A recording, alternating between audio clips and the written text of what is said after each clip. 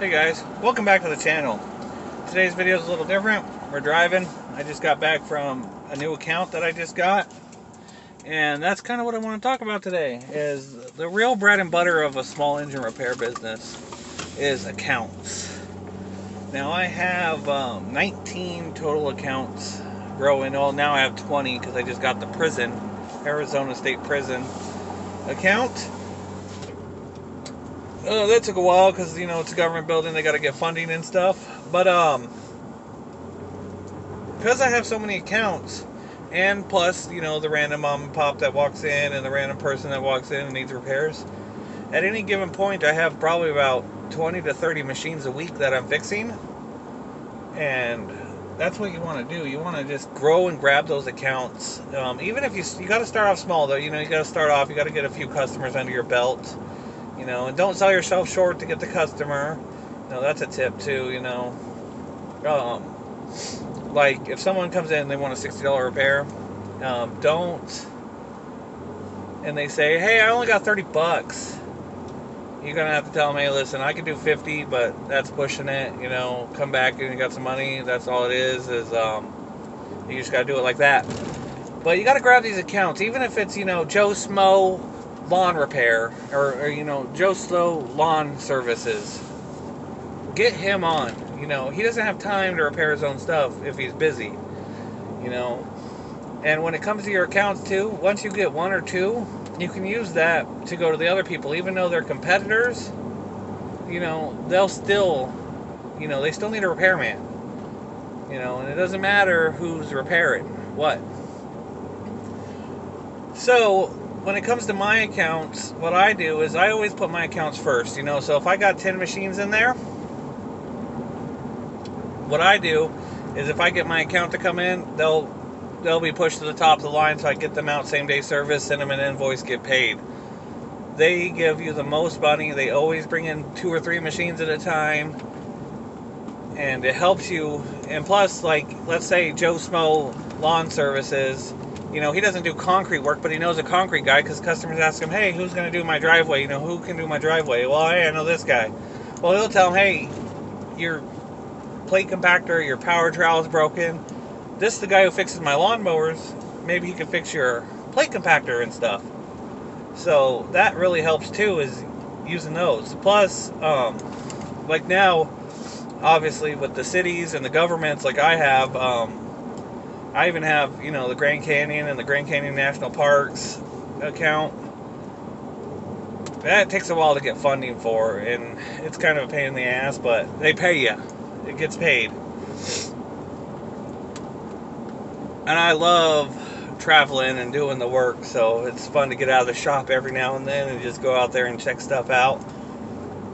But accounts, that's where the real money in this business is in the accounts, because they'll keep you employed all the time, you know. And I hate to say this, and I know not every single person is like this, but when you own a business and you have employees do not, I mean, there is some good employees out there, but most of the time employees do not treat your equipment like it was theirs. They don't check the oil regularly. They pull it too hard, you know. And the worst thing is when they try to fix it themselves and they don't know what they're doing. And then they bring it to you finally and they're like, here, it's in a bunch of parts. Fix this for me. And you're like, oh my God, why didn't you just call me when it first went down? It was a simple repair. Now you got a puzzle. But your accounts, they spread. They give word of mouth. It looks good on your resume for when you're doing these government and official businesses. Now, you don't have to do it, but accounts is normally what keeps me in business more than anything else I do. At least in my area. I know in a lot of places where there's a lot of green and trees and stuff. I'm in the desert, as you can see, guys. So not a lot of lawn equipment, like wood chippers and stuff here, and weed eaters and chainsaws. But I love doing this business, and it's good money, and it gets slow sometimes, and it's not guaranteed all the time, but it's fun. And I love going out and seeing new things, doing new stuff. Like going to the prison here, that was pretty fun. I got to see, how they do stuff and what they have. And I'm surprised they use a lot of actual small engines, so I'm glad I got this account too. But don't sell yourself short, guys. You guys can do this. If you guys want to start this business, you guys can do this. It's easy. Excuse me. So just go out there, get your repairs, and make those accounts. Go out to the Joe Smo lawn service guy and say, hey, listen, I do small engine repair. If you send me 5 machines, I'll make you a deal. Do it for $40 an hour instead of $60 an hour, or make some deals, but don't sell yourself all the way short, and no one deserves to, hey, bring me a machine and I'll give you a test run, I'll do one for free. No, they can pay.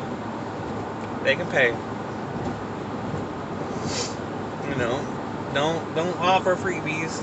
There's no point unless it's like a primer bulb or something simple, and you're not putting it on, you're just giving it to them. But other than that, just go out there and do the work. I love the travel. I know a lot of other people. I heard it in my last video of the comments. I don't remember exactly who said it, but a few of you other small engine guys said you guys hate leaving the shop, not having the tools you need and stuff. But most of the time I just go out there. Excuse me. I just go out there to the accounts, I diagnose it, and I bring it back to the shop afterwards, because that's where you do your repairs. But you got to go out there and be professional and tell them, hey, we're looking at this, because they might not want to do the repair, and like at the prison, it takes them forever, and especially like the school districts I work for and the government and the city, they need to actually get a quote to send it in to get approval before you can take it, before you get paid. But most of the time you can take it. Like I took some motors that I've been working on, but they still got to get approval to get paid. So I told them what the diagnosis fee is going to be, and they got approval for that. And then I got to see if they actually want to repair them. They could say no, and then I can just drive them back, whatever. But that's where I make most of my money, and I've been really enjoying this ever since I started doing it about 4 years ago. I've seen so many things, I've done so many things, I've met so many cool people. Like, this job, to me, is more of a passion. Like, some people do small engine repair as a job, but I love doing this work. And I love showing you guys how to do this work, But some people, a lot of my people, they know how to fix the stuff. They just don't have time or don't want to do it.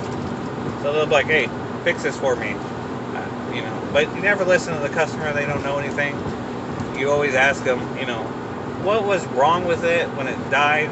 They'll say, oh, it's a spark plug. Just give me a spark plug. You give them a spark plug, they'll come back and say, it still ain't running. Well, that's because it's not the spark plug. Let me look at it. Let me fix it. But yeah, so go out there, talk to your concrete guys, talk to your construction workers, talk to your lawn care guys. Don't call anyone either. Go in and talk to whoever is in charge. Give them your business card. Say, hey, listen, I do this. I would like to see if we can't maybe, I do invoices, so, don't expect a lot of these accounts to pay same day.